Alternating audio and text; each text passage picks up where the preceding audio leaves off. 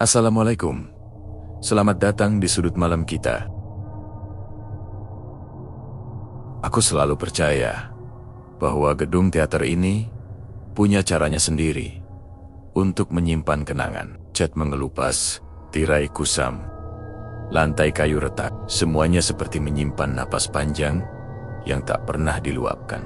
Tapi hari itu, untuk pertama kalinya, aku merasa gedung itu mengamatiku kembali. Dimas memintaku membantunya membersihkan gudang di bawah panggung. Katanya, tempat itu sudah lama ditinggalkan. Aku mengikuti langkahnya menuruni tangga kayu sempit. Namun setelah melewati 2 anak tangga terakhir, entah mengapa tubuhku merasakan sesuatu yang mengalir pelan. Bukan dingin biasa, melainkan semacam kesedihan yang samar. Seperti seseorang yang menahan tangis terlalu lama. Saat pintu gudang dibuka, udara lembab menyambut. Aku mengarahkan senter ke kanan, lalu ke kiri. Kostum-kostum tergantung tak beraturan. Sebagian jatuh ke lantai. Ada di antara kain itu yang membuatku ingin segera memalingkan wajah, bukan karena takut, tapi karena merasa seperti sedang mencuri pandangan dari sesuatu yang pribadi. Aku terus melangkah hingga tiba di sudut belakang. Di sana, sebuah gaun putih menggantung sendirian. Berbeda dari kostum lainnya, gaun itu bersih, tidak berdebu sama sekali, seolah ada yang merawatnya setiap hari. Namun yang membuat pikiranku berhenti bekerja adalah benda yang menggantung di lengan gaunnya. Sehelai tali pocong berwarna kusam. Aku terpaku, ada tekanan kecil di dalam dadaku, seperti dorongan halus dari seseorang yang meminta aku mendengarkan ceritanya. "Raf, kenapa berhenti?" Suara Dimas memecah diam. Aku menelan ludah sebelum menjawab. "Dim, gaun ini, siapa pemiliknya?" Dimas terdiam lebih lama dari seharusnya, sebelum akhirnya memberi isyarat agar aku mendekat. "Itu milik Karin," ucapnya pelan. Suaranya seperti seseorang yang sedang mengingat sesuatu yang tidak pernah benar-benar selesai. Dia dulu anggota teater yang paling berbakat. Kalau dia bermain di panggung, bahkan ruangan kosong pun terasa hidup. Aku menyentuh ujung gaun itu. Bahannya dingin, tapi bukan dingin ruangan. Lebih seperti seseorang pernah memegangnya dengan tangan yang penuh perasaan. Lalu pergi, sebelum sempat kembali. "Karin kemana, Dim?" tanyaku lirih. Dimas memandang lantai seakan mencari jawaban yang telah jatuh, entah sejak kapan. Dia tidak sempat ikut pementasan terakhir. Setelah itu, gaun ini ditemukan tergantung sendiri dengan tali itu. Ada yang bilang dia masih suka datang ke gedung ini, bukan untuk menakuti siapapun. Mungkin hanya ingin melihat sesuatu yang dulu sangat ia cintai. Perutku mengencang. Tiba-tiba, aroma melati samar terasa di udara. Hanya sesaat, tapi cukup membuatku yakin gedung ini menyimpan lebih dari sekadar debu masa lalu. Aku kembali memandangi gaun putih itu. Tali pocongnya bergerak sedikit, padahal tidak ada angin. Seolah ada seseorang yang berdiri di sampingku, menatap benda itu bersamaku. Seseorang yang mungkin pernah berdiri di panggung dengan senyum yang menenangkan semua orang dalam hening yang panjang itu. Perasaanku bercampur, takut, sedih, penasaran, dan entah mengapa, iba. Seakan tali itu bukan penanda sesuatu yang menyeramkan, melainkan permintaan halus dari sosok yang dilupakan. "Dim," kataku akhirnya, pelan. "Kalau dia benar masih di sini, apa yang sebenarnya dia tunggu?" Dimas tidak menjawab. Mungkin karena dia tidak tahu, atau mungkin karena jawabannya terlalu berat untuk diucapkan. Aku menatap lagi gaun putih itu. Semakin lama ku pandang, semakin aku merasakan sesuatu. Bukan kehadiran yang ingin menakuti, tapi kehadiran yang ingin ditemukan. Malam itu, setelah membersihkan gudang, aku pulang dengan perasaan yang sulit dijelaskan. Tubuhku terasa ringan, tapi pikiranku penuh dengan bayangan gaun putih itu. Setiap kali aku memejamkan mata, aku seperti melihat seseorang berdiri di belakangnya. Tidak mengancam, hanya diam, menunggu. Keesokan harinya, aku datang lebih awal ke gedung teater. Entah kenapa, ada dorongan yang membuatku ingin melihat panggung dalam keadaan kosong. Barangkali aku ingin membuktikan bahwa rasa penasaran ini hanya perasaanku sendiri. Atau mungkin ada bagian dari diriku yang ingin Karin mendengarkan langkahku. Saat aku membuka pintu utama, ruangan itu sepi. Cahaya pagi masuk lewat jendela kecil di atas panggung, menciptakan garis-garis cahaya yang terasa seperti sedang mengawasi setiap gerakku. Aku berjalan ke tengah panggung. Lantai kayu berderak pelan. Aku menatap barisan kursi di hadapanku, mencoba mencari apapun yang tampak berbeda. Lalu aku melihatnya. Kursi di baris keempat, tepat di tengah, sedikit tertekan. Seolah seseorang baru saja duduk di sana dan bangkit beberapa detik. Sebelum aku masuk, aku menatap kursi itu lama. Ada rasa merinding, tapi rasanya tidak membuatku ingin pergi. Justru membuatku ingin tahu siapa yang seolah-olah baru duduk di sana. Dalam hening itu, aku berkata pelan, meski tidak tahu kepada siapa, kalau kamu ada di sini, aku tidak ingin mengusikmu. Kalimat itu keluar begitu saja. Aneh, karena aku tidak merasa sedang bicara sendirian. Beberapa menit kemudian, Dimas datang menyusul. Ia melambaikan tangan dari pintu. Raf, kamu datang pagi sekali. Aku menunjuk kursi yang tertekan itu. Dim, kursi itu kenapa begitu? Dimas melihat sebentar, lalu mengembuskan napas panjang. Sudahlah, biasanya begitu. Kursi itu memang sering berubah posisi. Ia mendekat dan menepuk bahuku. Kalau kamu melihatnya, berarti kamu mulai peka. Banyak anggota lama yang cerita hal serupa. Peka terhadap apa? Tanyaku. Terhadap mereka yang tidak terlihat, tapi masih mencintai tempat ini. Jawabnya lirih.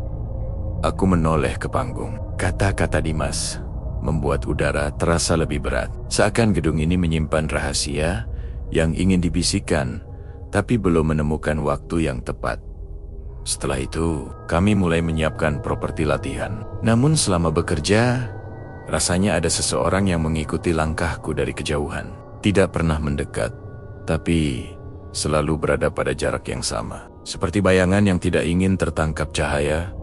Saat aku memindahkan kursi ke sisi panggung, aroma melati kembali tercium samar. Kali ini lebih jelas, seolah seseorang berdiri tepat di sampingku.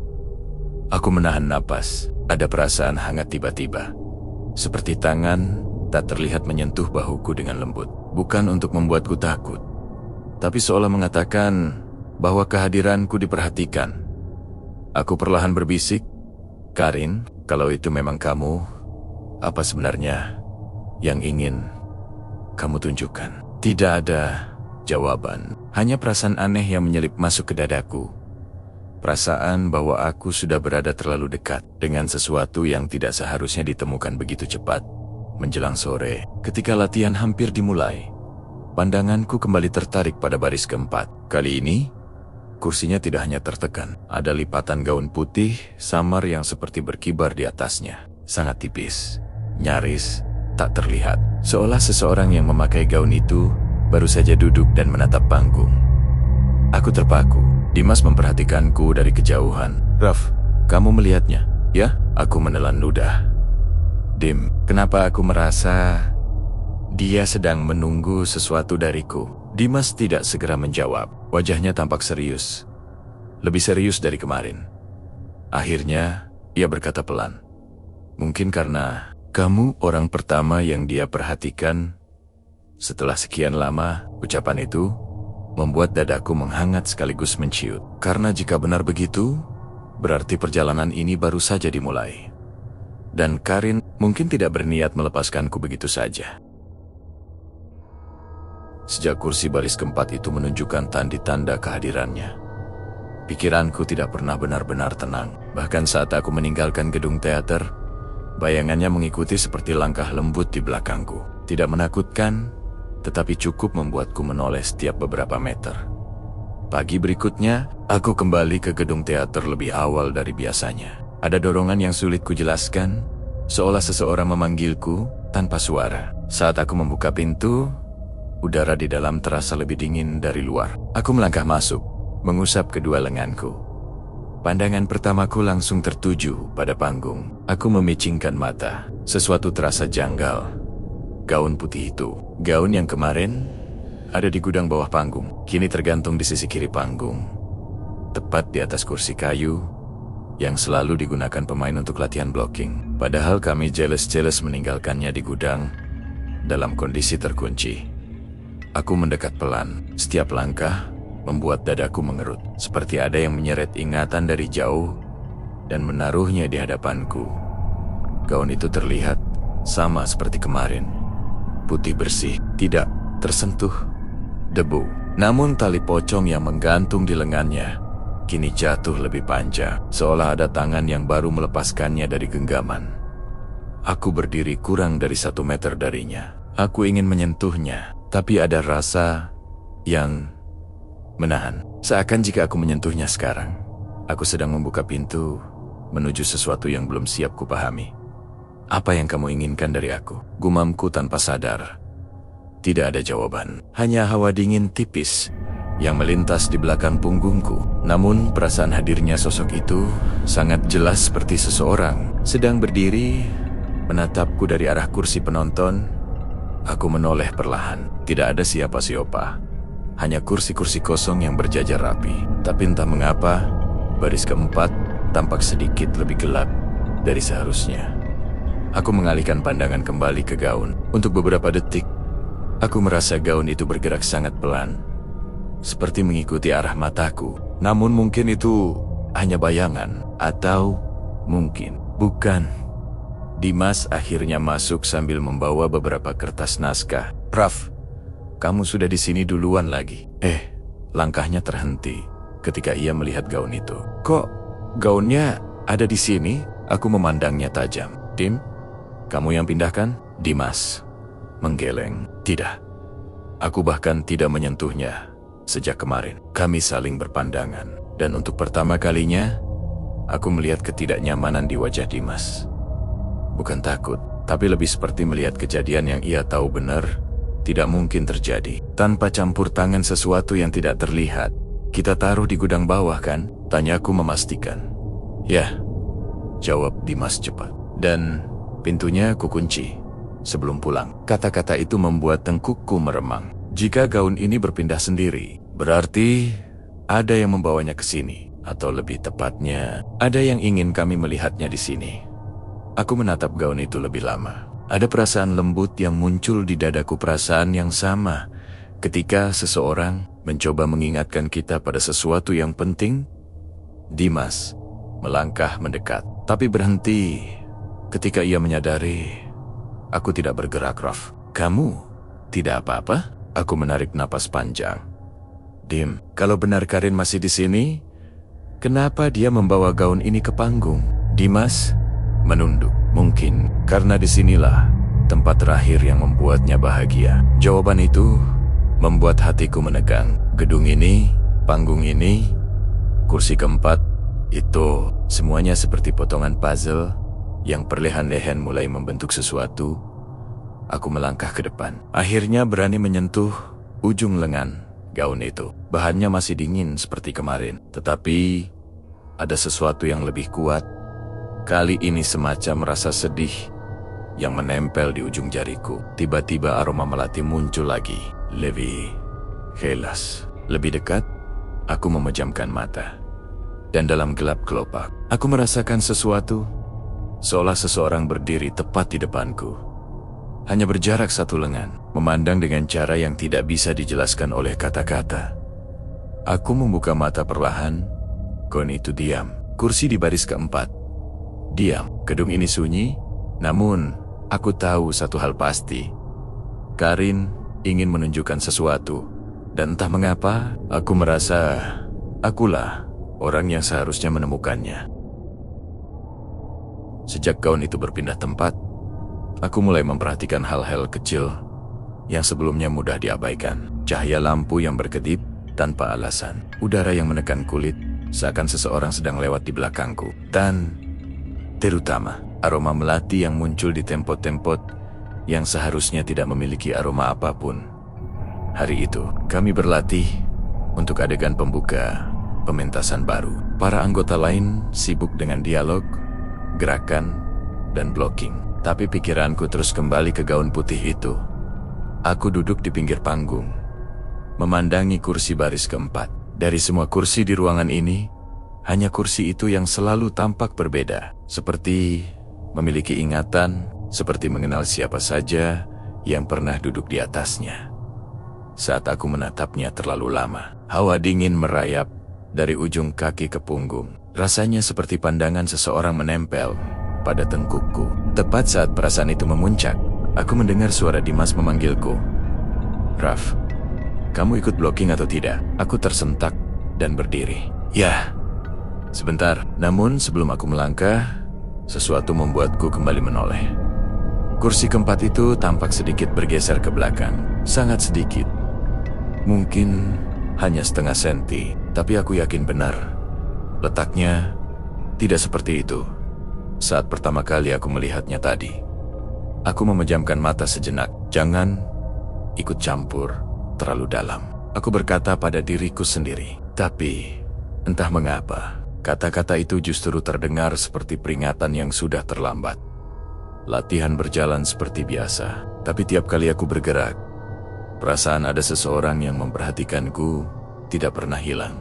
Terlebih saat aku berdiri menghadap panggung, aku merasa ada yang berjalan pelan di belakang deretan kursi penonton. Tidak terdengar langkahnya, namun kehadirannya terasa nyata. Ketika latihan selesai dan anggota lain mulai berkemas, aku tetap tinggal. Dimas menyadarinya. "Kamu masih mau di sini?" tanyanya sambil mengambil tas. Aku mengangguk. "Kah? Ya. Nya, aku harus lihat sesuatu dulu." Dimas memandangku lama, seakan ingin mengatakan sesuatu, namun ragu. Akhirnya ia hanya berkata, "Kalau ada apa-apa, panggil aku." Setelah semua keluar dan pintu gedung menutup dari luar, ruangan menjadi sangat sunyi. Sunyi yang bukan sekadar tanpa suara, tapi sunyi yang terasa penuh dengan sesuatu yang tidak terlihat. Aku berdiri di tengah panggung, menghadap kursi baris keempat. "Karin," aku memanggil namanya pelan. Suaraku terdengar aneh di ruangan kosong itu. "Kalau kamu ada di sini, aku hanya ingin tahu apa yang ingin kamu sampaikan." Tidak ada balasan, tapi heningnya terlalu berat untuk dianggap kosong.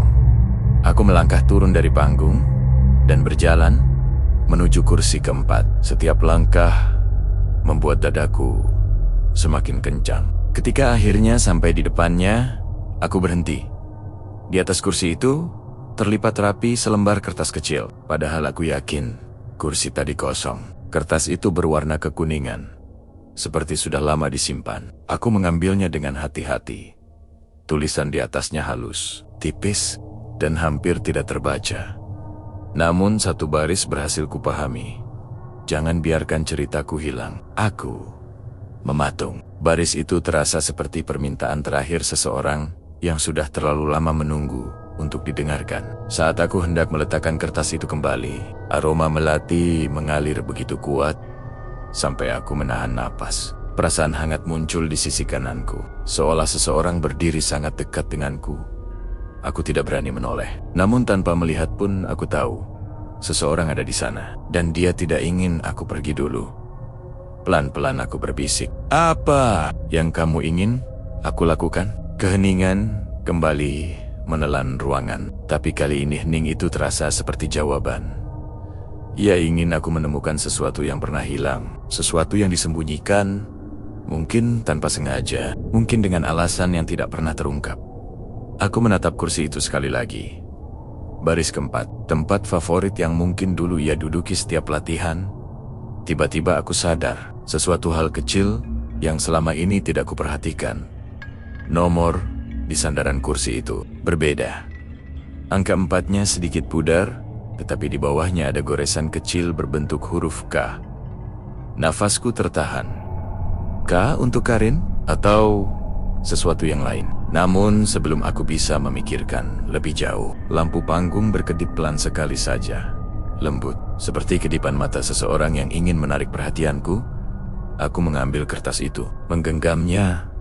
"Baik," kataku pelan, "aku akan cari ceritamu." Dan entah dari mana, perasaan itu muncul. Perasaan bahwa aku baru saja mengiyakan permintaan seseorang yang selama ini menunggu dalam diam, seseorang yang tidak pernah benar-benar pergi. Sejak menemukan kertas kecil itu, aku mulai memperhatikan hal-hal yang sebelumnya tidak punya arti. Setiap sudut gedung teater seolah memiliki mata sendiri. Setiap celah bayangan tampak lebih padat, lebih hidup, seperti menyimpan seseorang yang sedang mengamati langkahku. Kata-kata di kertas itu, "Jangan biarkan ceritaku hilang," terus terngiang di kepalaku. Kalimat yang sederhana, tapi dipenuhi sesuatu yang terasa seperti permohonan, atau mungkin keputusasaan. Hari itu, aku datang lebih cepat lagi. Dimas mungkin akan bertanya-tanya, tapi aku tidak punya alasan lain selain dorongan yang sulit dijelaskan. Begitu pintu gedungku buka, aroma melati menyapa lebih lembut daripada biasanya, seolah memberi sambutan. Panggung terang oleh cahaya matahari yang masuk dari sela-sela jendela atas. Kursi-kursi tampak biasa saja, termasuk baris keempat. Tidak ada jejak baru, tidak ada kertas tambahan, namun perasaan bahwa aku belum melihat semuanya terus menekan seperti tangan halus di bahuku. Aku berjalan menuju sisi belakang panggung, ke area di balik tirai hitam besar yang jarang disentuh. Tempat itu biasanya kosong dan berdebu. Tapi hari ini langkahku berhenti karena sesuatu yang tidak biasa. Ada jejak lipatan kain putih di lantai kayu. Jejak itu tampak seperti bekas gaun yang sangat panjang ketika seseorang duduk atau berdiri terlalu lama di satu tempat. Aku menunduk, menyusuri jejak itu perlahan. Jejak itu mengarah ke tirai besar di sisi kanan panggung. Tirai itu bergerak sedikit, padahal tidak ada angin. Aku merasakan napas menahan di tenggorokan. Perasaan itu muncul lagi seolah seseorang berada sangat dekat denganku, tapi memilih diam. "Apa kamu mau aku melihat ke sana?" tanyaku pelan. Tentu tidak ada jawaban, namun tirai itu bergeser sedikit lebih jauh. Seperti undangan, aku menyingkapnya. Di balik tirai hanya ada dinding kayu tua dengan beberapa paku tak terpakai. Tapi tepat di bagian tengah dinding, ada potongan kertas lain yang menempel. Kertas itu kusut, seakan pernah diremas, lalu dirapikan kembali. Tulisannya tipis, hampir hilang oleh waktu. Aku mendekat. Tulisan itu hanya satu kalimat pendek. Aku masih menunggu. Dadaku terasa hangat, sekaligus berat. Kalimat itu terasa seperti suara seseorang yang sudah lama sendirian. Seseorang yang tak pernah mendapatkan panggung terakhirnya. Tanpa sadar, aku menyentuh dinding itu. Kayunya dingin. Tapi di balik rasa dingin itu, ada getaran sangat halus. Seperti detak yang hampir mati. Aku menunduk, mencoba melihat apakah ada sesuatu lain yang tersembunyi. Lalu aku melihatnya.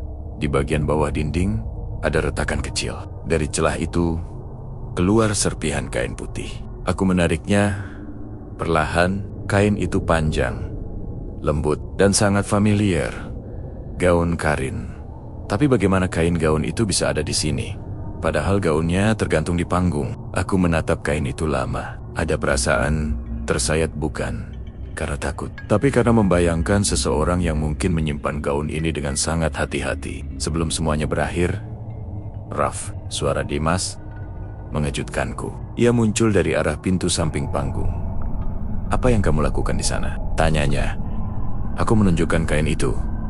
"Dim, kenapa ada bagian gaun Karin di balik tirai? Siapa yang menaruhnya?" Dimas menatap kain itu lama. Wajahnya berubah, seperti mencoba menyusun kepingan ingatan yang sudah ia kubur jauh-jauh.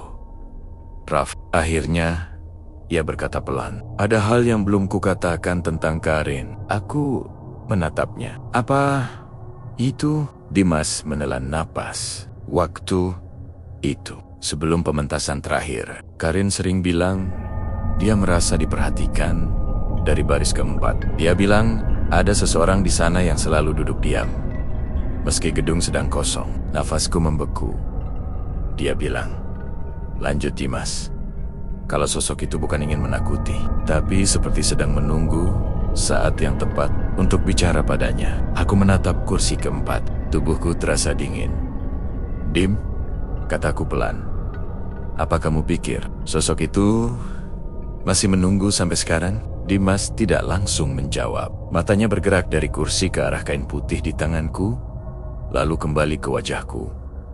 Ada ketakutan di sana, bukan karena hantu, tapi karena kemungkinan bahwa apapun yang Karin lihat dulu, sekarang melihatku. Saat itu, aroma melati kembali menyusup, lembut, sangat dekat. Dan aku tahu, tanpa perlu melihat, bahwa seseorang benar-benar berada di ruangan itu bersama kami. Mungkin berdiri di balik kursi keempat, mungkin di pinggir panggung, atau mungkin tepat di belakangku, menunggu aku melanjutkan cerita yang pernah terputus. Dan untuk pertama kalinya, aku tidak tahu apakah aku siap untuk menemukannya. Sejak menemukan kain gaun itu di balik tirai, sesuatu dalam diriku berubah. Bukan hanya penasaran lebih dari itu, rasanya seperti aku sedang berjalan dalam cerita yang tidak pernah mendapatkan akhirnya. Cerita yang mungkin dulu ingin disampaikan Karin sebelum semuanya terhenti. Malam itu, aku kembali ke gedung teater sendirian. Dimas sebenarnya melarangku, tapi aku tahu tidak ada yang akan selesai jika aku terus menunggu. Pintu gedung berderit saat kubuka, dan udara dingin langsung menyergap seperti sambutan yang sudah dipersiapkan. Lampu-lampu mati, panggung gelap, namun aku tahu persis kemana harus melangkah. Kursi baris keempat, kursi itu tampak sama seperti sebelumnya. Namun kali ini ada sesuatu di atasnya. Bukan kertas, bukan kain, melainkan sebuah kotak kecil berwarna coklat keemasan. Kotak itu tampak tua, tetapi terawat, seperti benda yang disimpan dengan sangat hati-hati. Aku duduk perlahan di kursi tepat di depannya. Tangan gemetar saat meraih tutup kotak itu. Ketika aku buka, aku menemukan sesuatu yang membuat napasku tersangkut di dada. Sebuah tali kecil, tipis, bersih, dan sepotong kertas melingkar di sisinya. Tali itu bukan tali pocong, bukan tali kematian, melainkan tali yang sering digunakan untuk mengikat gulungan naskah teater. Gulungan naskah yang biasanya diberikan kepada pemeran utama. Pada kertas kecil itu tertulis, "Pementasanku belum selesai." Dadaku tiba-tiba terasa hangat, penuh rasa sedih yang tidak pernah ku mengerti sebelumnya. Seolah seseorang meletakkan seluruh harapan terakhirnya di dalam kotak kecil ini. Tanpa disadari, aku bergumam, "Kalau kamu ingin pementasan itu selesai, aku akan membantumu." Seketika itu juga, sesuatu berubah. Bukan suara, bukan gerakan, melainkan perasaan. Perasaan bahwa seseorang berdiri di panggung, tidak jauh dariku. Tidak terlihat, tapi ada. Aku menoleh perlahan. Panggung gelap itu terasa lebih hidup dari sebelumnya. Tirai hitam bergantung diam, namun ada getaran halus yang seakan memanggilku untuk mendekat. Aku naik ke panggung dengan langkah hati-hati, setengah menahan napas. Ketika aku sudah berada di tengga-tengga panggung, aroma melati tercium samar. Kali ini hangat, bukan dingin, bukan menyeramkan, lebih seperti salam perpisahan yang lembut. Dalam hening itu, aku memejamkan mata, dan untuk pertama kalinya sejak semua ini dimulai, aku merasakan sesuatu yang jelas. Kehadiran Karin berdiri tepat di sampingku, seolah menuntun tangan yang tidak bisa kupegang. "Aku sudah di sini," bisik. "Aku dengarkan ceritamu." Tidak ada jawaban, namun beban yang selama ini menekan ruangan perlahan menghilang, seperti seseorang yang akhirnya bisa melepaskan napas panjang setelah memendamnya bertahun-tahun. Perasaan hangat itu bertahan beberapa detik, lalu memudar perlahan. Begitu aku membuka mata, panggung itu benar-benar kosong. Aroma melati hilang, udara kembali biasa. Dan untuk pertama kalinya sejak aku mengenalnya lewat tanda-tanda kecil itu, aku merasa Karin telah pergi. Bukan menghilang, bukan tersesat, melainkan meninggalkan panggung ini dengan tenang.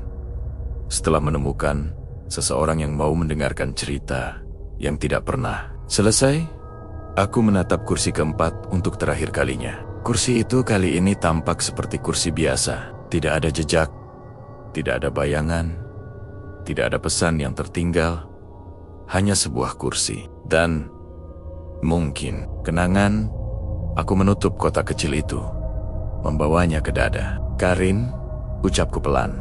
Terima kasih sudah memilihku untuk mendengar. Ketika aku keluar dari gedung teater, pintu menutup dengan sendirinya. Tidak ada yang terasa aneh. Tidak ada lagi perasaan diperhatikan. Hanya kedamaian yang sederhana. Seperti akhir dari sebuah pementasan yang sangat panjang.